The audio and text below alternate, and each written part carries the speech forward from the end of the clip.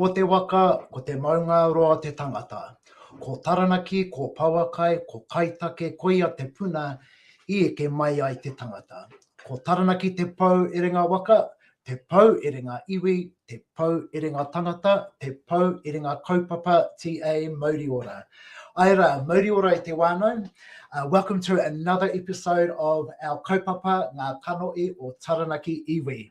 Aira, once again, this kaupapa is all about you, our uri, and the journey that you've taken to become the person you are today in this ever-changing world. Aira, so pretty much, whānau, this kaupapa is just all about uplifting, uniting, and connecting our whānau by sharing their unique kōrero and stories about who they are as Taranaki Iwi uri. And Aira, as you can see, I have another one of our beautiful whanaunga joining me today with our fourth episode. So without further ado, te wānau, ko wai koe te whanaunga and no ia koe. Nā mihi Raymond, he uri hoki o tō tātou maunga e motu ana ki te hau auru. Ara o te maunga o Taranaki, heki iho I te awa o hangatahua, pai atu ana ki te iwi o Taranaki, ki te hapu o Nāmahanga ko Shona Geary taku ingoa, ko Chris Nicol tōko hoa rangatira, tōko tūru ku tamariki, ko Jessica, rātou ko Rosie, ko Mati, ku tamahine, tōku rima aku mokopuna, I tipu ake ana I tipu o I otipoti, e ngāri kei te whanganui au tāra o e noho ana. So, yeah, thank you so much for having me. Where does my story start? Well, probably not so long ago. I was brought up in Dunedin. Where there are a lot of the Geary whānau there. Aye, big whānau down there. We multiplied many times. My whakapapa comes from my father's side. My dad was a history teacher in Dunedin for a long time at a high school called King's High School, and he was quite steeped in the also in the family history. So he had about nine brothers and sisters, and he was the youngest. He was born in 1922 in Dunedin. So we grew up not knowing very much. I think Dad knew a bit because his uncles had been they had gone to fight for the Māori pioneers. I think they were called back in the First World War, quite a number of them, and even one of them died at Gallipoli. So, but we didn't know where we were from, where our iwi was from, even though being in Dunedin, Dad's generation, it didn't go back that far. His granddad was Taranaki Iwi, and his mother had come down. So Dad tried to follow up, and he originally investigated and thought that we came from Tiatiawa, but he wasn't able to go very much further than that, and it had kind of been lost in the 2 or 3 generations before him.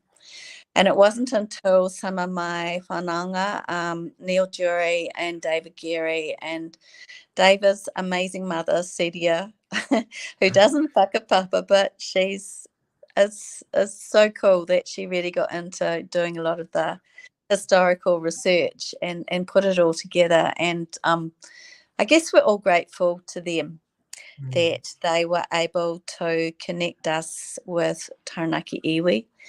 And one of the reasons that happened was, we were so far south, so there were no real connections. There was no kind of way of just meeting people casually and finding something out. So stored in someone's cupboard was a toko kōrero, and it's very beautiful, very beautiful.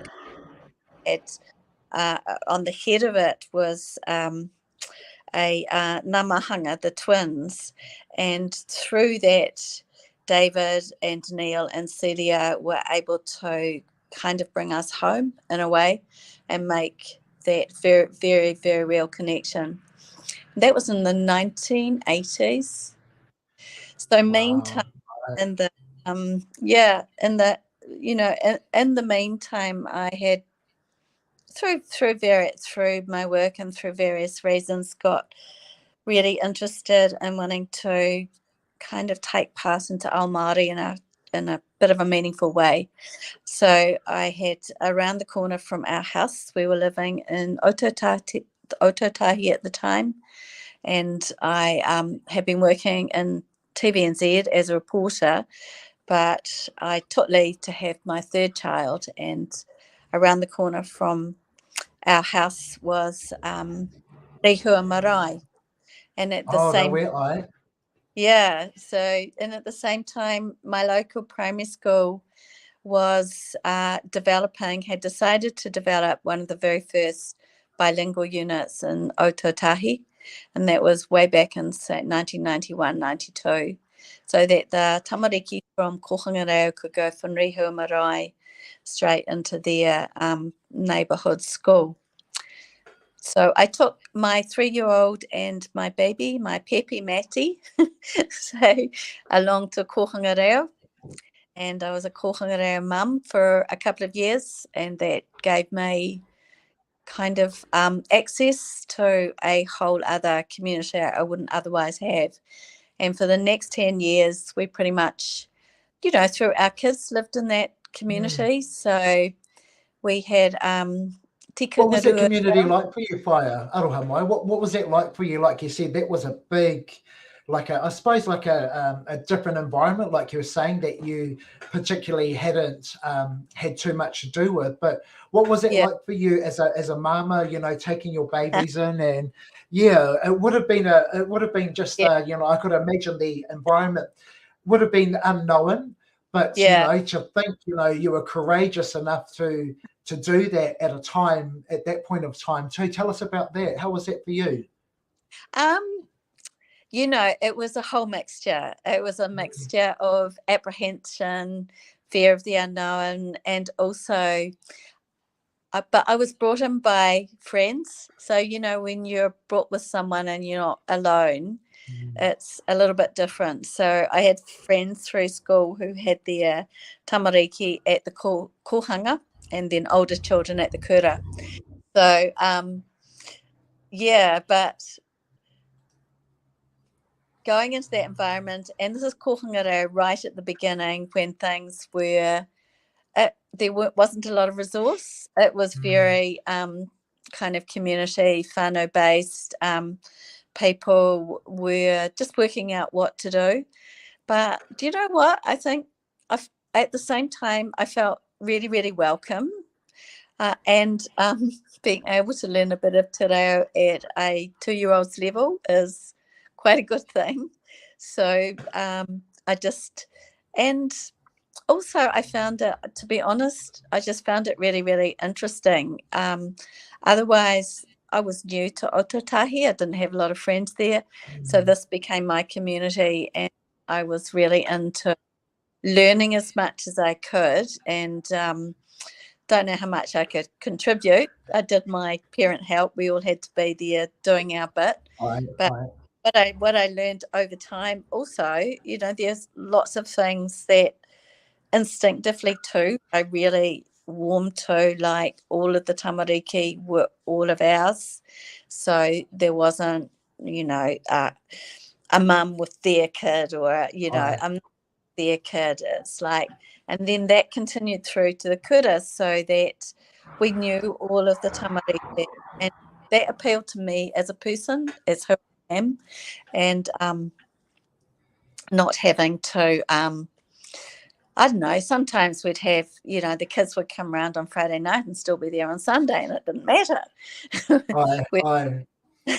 In another world, it might be, you've got to pick them up at 5 o'clock, or that's a little restricted. So it was something that grew, and our whole family was involved in, and it was just who we were for that time there. So I think I'm really fortunate. I think I was welcomed.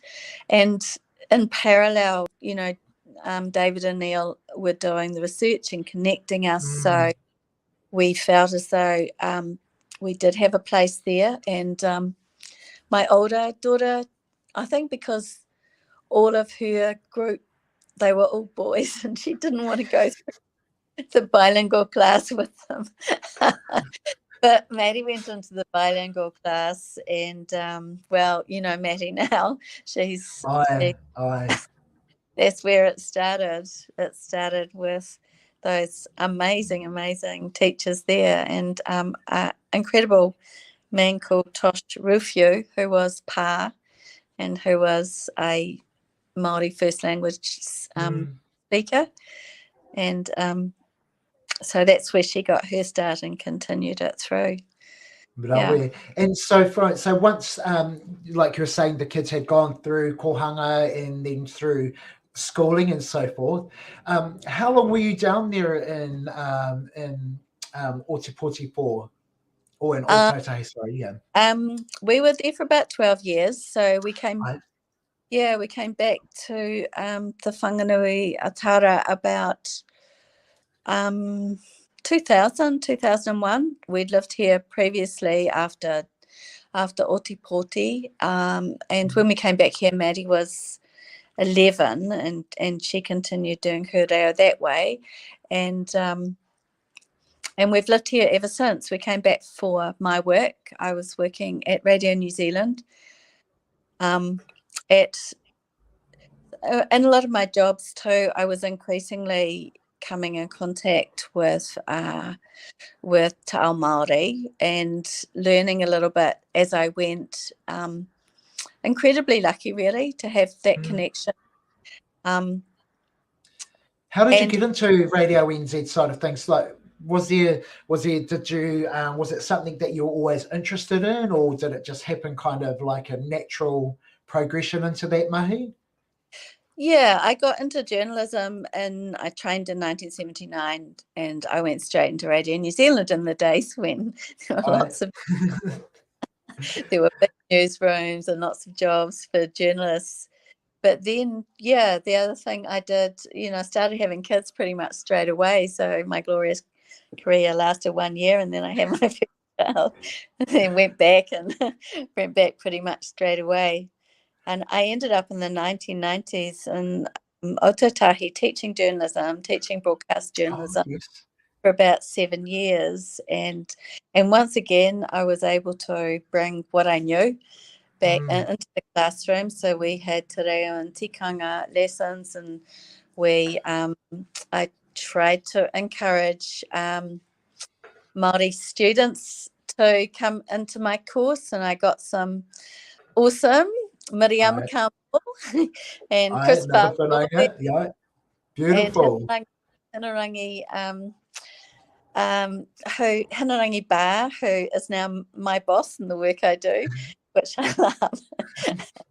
And you would have seen a lot of changes, like you're saying, like with Miriama, for instance, is on the Sunday show, quite, which would be quite common for one out there watching, So when you look at the where journalism is today from a Te Ao Māori perspective, did you ever think back then that it would actually be where we are at present?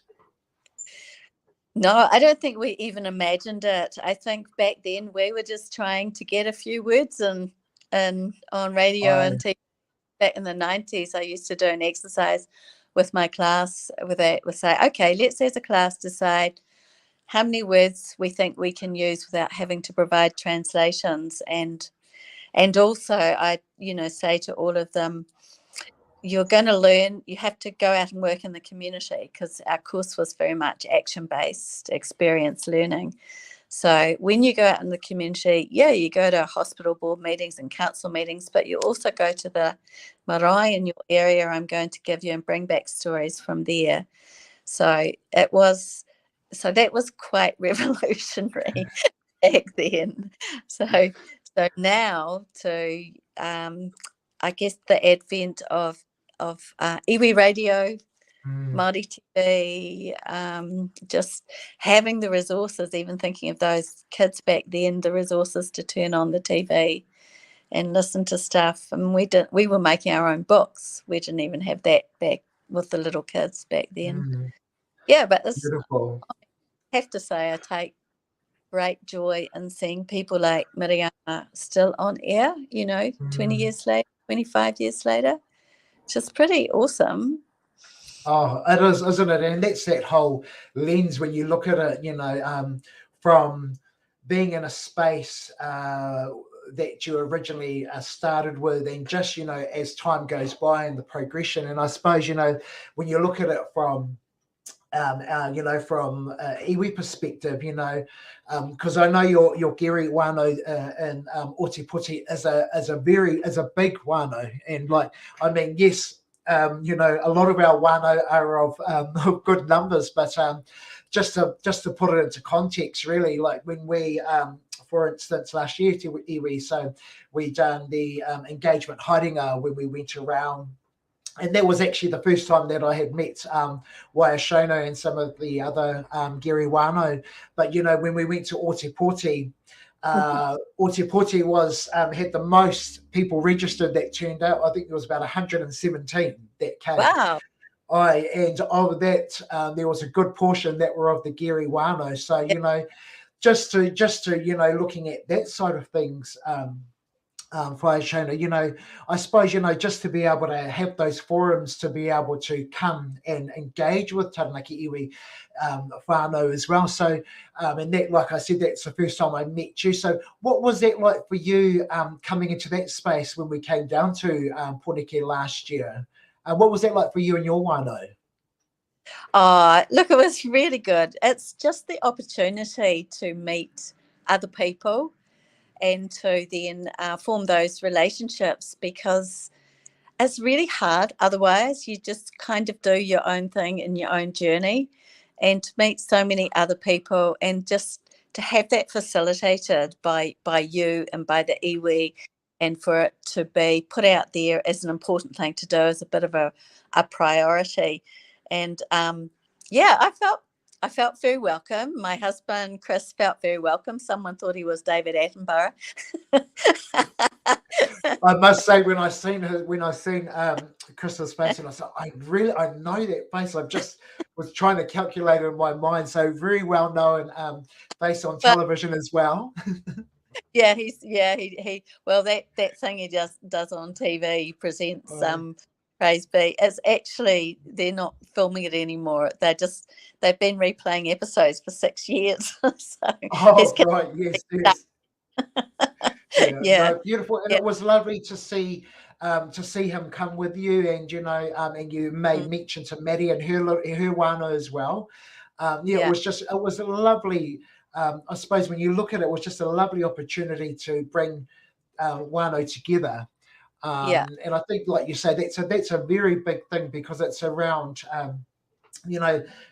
this day and age, it's very busy. Whānau have got, under the pump, just being able to go to work, bringing up families and stuff like that. So, it was such a lovely opportunity to come into the space for the first time in a while in that capacity. And, for Whānau just to come along. And I think that's a big thing, is just to be present, to get to know each other, and just to kōrero, really. And I think, and Trey mentioned it too, when we spoke around about when the whānau down there had their first whanaunga day there at He Koikoi, those are big things. Yeah. How, and I know you were there as well. How was that for you, and, for as a whānau unit down there to hold that day? I think that we connected here really, really well, and some new people came that day too, and I think we still connect, and we seem to like each other. We're all finding other things that we have in common, and other things that we want to do together. I just went to we just went to the play the other day. Yes. Here at Bex that Shirley put on. It was amazing. I don't know whether you've seen it. She's she's incredibly talented. So doing things like that with and for each other, and knowing, even when, I don't know, for me, because we haven't had anything for a while, and I think COVID's been partly to blame for that. Otherwise, I think we'd be getting together more. But I don't think it matters, because those 2 times that we did get together, I think that we made quite close bonds, quite close connections, and just knowing that people are around, and I know that I can, if I want to do something with someone, I know that I can very easily call on them and they'll be friendly and they'll be welcoming. Like going to Shirley's play and supporting her, and that was felt really good. So Beautiful. yeah, because up until now I've been lucky through another job to go to Taranaki a lot and spend, quite a bit of time with different people, especially the time before the treaty was the treaty settlement, and then come to all those really momentous events. But I've never really known anyone here where I live, so I've always felt a bit apart from things, because I can't go to the working bees, and even though I know I should, but it's a little bit harder to physically get there. But we are, Maddie and I, that's a good thing, though, yeah. And I think that's a beautiful thing about it too, Shona, is that it's around how do we connect, or how can we still be connected no matter where we are placed? And you bring up a very good point, with the COVID side of things, that it has disrupted our traditional way of meeting, kanohi ki te kanohi. But also in that same context, like what we're doing here today through this virtual space, still has allowed for us to still remain connected. And I think that's a beautiful thing too, like you say, being in the space down there in Pornike. And even though we have got whānau down there like yourself there living, I think that's been a big thing for us, is around about, well, how can we kind of create some environments, like the Facebook page, for instance. And, and that's really, really lovely to hear around, like through that, and keeping connected and engage with each other, like going to support the whanaunga Shirley with her show there, Muka, which is great, and I just, it's that beautiful thing around about just being able to connect as whānau, and just to be able to, pop up on the page, I'm going for a coffee at such and such, meet me there if you want to come. It's really cool, because I personally myself, I think, it's those relationships that continue to grow and amongst each other. But then, also you've got your children and your mokopuna and all that as well. And so, I mean, it's just a beautiful thing to be able to stay connected. But, we are definitely looking forward about to how we can actually make that space bigger as well, and what that looks like, with all the other bits and pieces that we're doing as well. So, it's always great just to be able to see whānau connect and just be whānau, really. And I think that's, for me, that's the stuff that I love doing, is just to be able to connect everybody together and then go, oh, there you go, now you're ready to carry on and do that type of stuff as well. So, and I suppose really it just leads me to my next question there, Shona, in regards to, you've shared some of your journey. Like I say to all the one, I mean, I could talk to you all day, but I know we only have a certain amount of time where whānau may want to disengage of stuff, but kei te pai tēnā. But, in saying that too, just the bits of your journey that you've shared, growing up, had you always known that you did have Taranaki Iwi whakapapa? Like you're saying, your dad, I suppose, knew, if you knew technically, what it was like for you, is that, things like that, the whakapapa side of things? I think it was really different. We knew that we had Māori whakapapa, but we weren't even really aware of who the iwi were. It wasn't a very big part of life in Dunedin. So it was more, Māori. And my father had been, for example, asked to play for the Māori All Blacks because he was a really good rugby player, but he didn't know his iwi, and he was a bit embarrassed because he wasn't identifying because people didn't in the 60s and 70s. And I think that one of the lovely things for me was when the kids went to kohanga reo, and by that time Dad had a stroke and he couldn't talk, and he would come along to kohanga reo, and he was welcomed so warmly, and I think he felt like he was able to feel a connection at that point that he'd been discouraged from, I think, up until then. You know what it was like. So even though his grandfather, and the reason that there were so many of us, had 18 children, they pretty much stayed put in Otepoti. So, yeah. And it was making that journey. We made a journey as a whānau in about the 1980s. When was it? Yeah, about the late 1980s to Punio. And there was me and Chris and two of our children. And first of all, I went to visit Phyllis Cormany, who gave me a lot of the whakapapa history. And then we went to Taranaki for the very first time, and we, Roy Cormany, I don't know whether you remember him. So Roy took us to he took us to places that we needed to go to. And the first time I just felt other people. I felt the generations there. And he told us about some of the terrible things that had happened during the wars, and you could really, really feel it. And then we went to Punio, and I remember, a little bit of, again, a bit of anxiety, and out came Faye Mulligan. And, it was, Faye, big smile, kind of, oh, welcome home. And it's been like that ever since. I thought, wow, this is pretty awesome that someone that's come from the south, our little whānau, our little Pākehā-looking whānau from the south, and being welcomed and told this was our home. Beautiful. And that's such a lovely thing, isn't it?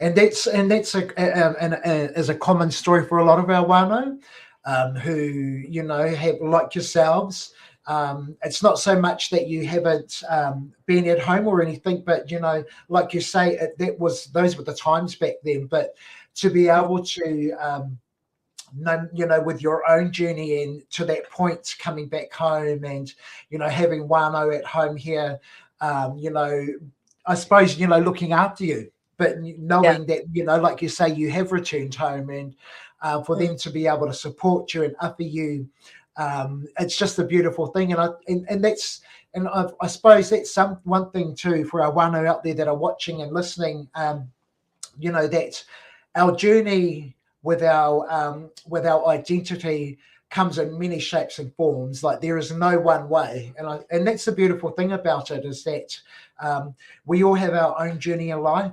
We all go through our own trials and tribulations, but I think what it is that when we are going through our journey or our path, like you've just explained there, Shona, it's such a beautiful moment.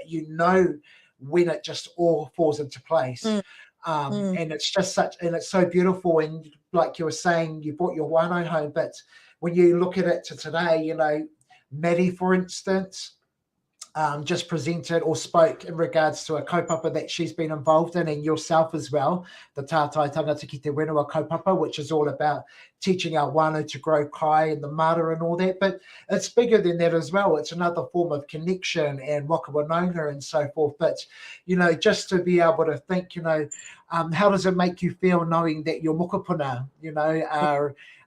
are growing up with their identity of Taranaki Iwi? How was that as a grandmother? Yeah. We've just got the one little one here in Te Whanganui Atara. That's Maddie's little one, who's got really good te reo. I can say proudly, but also we've got others living now in Melbourne and in Washington, DC. And I just wanted to feedback too, they all love their hats and their T-shirts and their bags.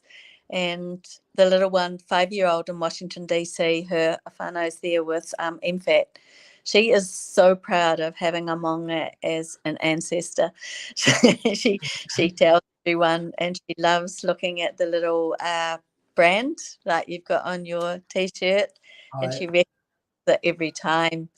But even the Aussie kids, and they are quite Aussie, they're very, very proud of their T-shirts. So, you know, that's what it means for them. They have that connection. It is. It's beautiful, isn't it? And that's a lovely thing, is that, you know, when I see whānau wearing their Taranaki Iwi T-shirts or, you know, bits and pieces, it just really makes me proud, because I see the pride that they have.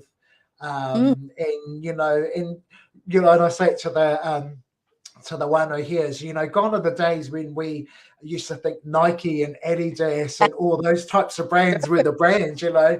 Now our whānau are turning to their own iwi identities through their clothing. And, you know, you've got to give it up, you know, for a lot of our like iwi branding is it's amazing. You know, it's just so awesome to see all the different iwi entity, you know, their brands, you know, it's just, you know, it's amazing. And just to think, you know, every time you put it on, you know, I love it to the actual fact is that, well, that's actually who we are. You know, a Nike tick is you know, a brand that you think of a sports person or Michael Jordan and stuff like that. But when we put our iwi branding stuff on, it is actually who we are, a true representation of ourselves. So, no, that's it's just so beautiful to hear, you know, your journey there, Shona, and just where you've come from, and just you know, with your children and with your mokopuna now. So no, it's just such a beautiful thing. But as we draw to a close with our kōrero here today, Waia, just share with us, you know, what does being Taranaki Iwi mean to you? Wow. I think primarily it means just being connected, being part of this amazing family. You know, I'm really proud of all of you leaders within our iwi. It also means when I stand up especially amongst other Māori, which happens a lot in my mahi these days, I am able to say where I come from and make connection with them. I'm able to be part of that. Physically, it's a very beautiful place to come back to. I am growing more and more familiar with it. It's becoming more and more part of who I am, and I was a little bit quiet about owning it before because I didn't think I had a right, but through doing things like this, through being involved in the activities, I'm feeling much stronger and being able to stand up and say, I'm Taranaki Iwi. Karawe whaia, karawe. And that is a beautiful representation in regards to your identity. And for our whānau out there watching this and listening, just remember our wakapapa binds us to who we are, and that's we are of Taranaki Iwi wakapapa.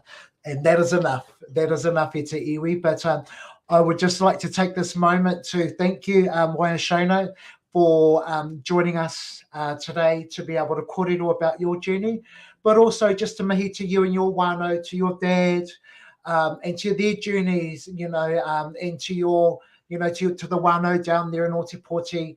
You know, it's just such a beautiful thing to be able to share this moment, but also to see the growth and just to see how you and your whānau are going through your journey within where you are in this present point of time. So just from us here at home, I just want to meet you and to your whānau, and thank you very much for taking the time to kōrero with us today. And I look forward to sharing many more moments and kaupapa with you and your whānau. Yeah, it's just such a beautiful kaupapa coming up ahead. So we'll definitely be seeing a lot more of each other. But to you, our whānau out there watching the kōrero today, please, if you would like to share your journey in regards to you know, your life and so forth, please do so.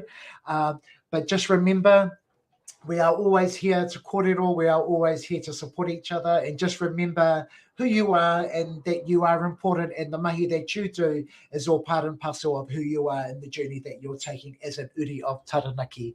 So without further ado, i te wānau, i ngā maunga kōrero, i ngā maunga waka I, kua mutu te kōrero o te rānei, tēnā koutou katoa, pai mariri e te wānau. Kohea, kohea, tērā maunga e tu maira. Ko Taranaki pia, ko Taranaki pia. Nuku, nuku mai, neke, neke mai. Neke mai ki tāku tauaro kinia. Ki tāku tauaro kinia. Ke noa, ke noa, ke noa,